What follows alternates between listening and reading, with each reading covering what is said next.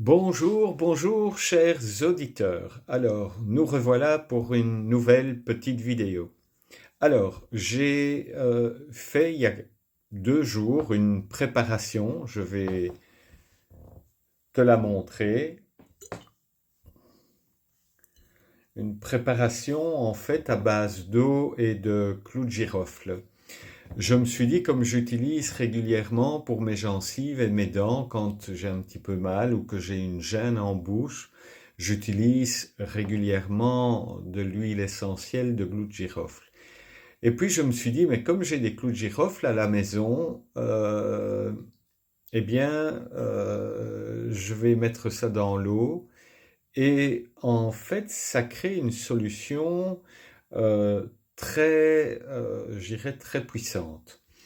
Et donc, je me suis dit, ben, je vais faire quelques recherches et j'ai envie de partager ça rapidement avec toi. Évidemment, ce que je partage avec toi, à prendre avec des pincettes et des précautions.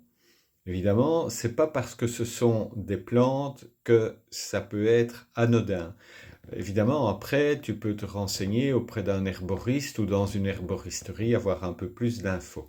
Mais j'ai été étonné, j'ai fait faire une petite liste ici des bienfaits. Donc j'ai mis ici dedans, presque un demi-litre et 4-5 clous de girofle, hein. Donc le premier point, c'est un antibactérien et un antiseptique naturel. Donc c'est bon pour la bouche, les gencives et éventuellement faire un gargarisme pour les maux de gorge. Mais je ne savais pas que, donc apparemment, on pouvait aussi l'ingérer. Donc en point numéro 2, j'ai la remarque suivante, c'est un stimulant digestif. Donc ça aide à réduire les ballonnements, les gaz et les indigestions grâce à la stimulation des sucs gastriques. Évidemment, c'est aussi un antioxydant puissant. Ça protège les cellules du stress oxydatif et ça soutient l'immunité. C'est également un anti-inflammatoire, donc qui va apaiser les douleurs articulaires, musculaires ou digestives légères. C'est également un réchauffant et un énergisant utile en cas de fatigue, frilosité ou manque de vitalité et stimule le feu digestif qu'on appelle Agni en Ayurveda. Alors la langue utilisée là pour Agni, c'est le sanskrit. Et ça peut être également utilisé pour participer à un nettoyage du foie, de la lymphe et des intestins en association avec d'autres plantes.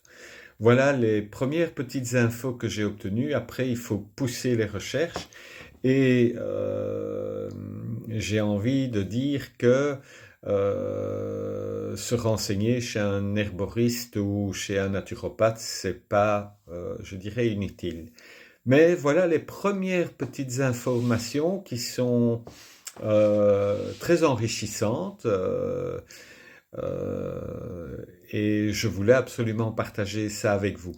Alors, juste la dernière petite remarque, je ne l'ai pas encore avalé, moi je n'utilise que pour rincer la bouche et donc pour vraiment soigner les gencives et les dents et éventuellement les douleurs.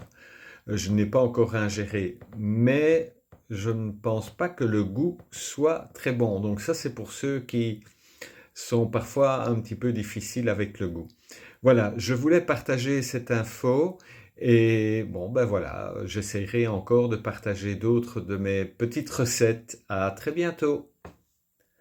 Santé!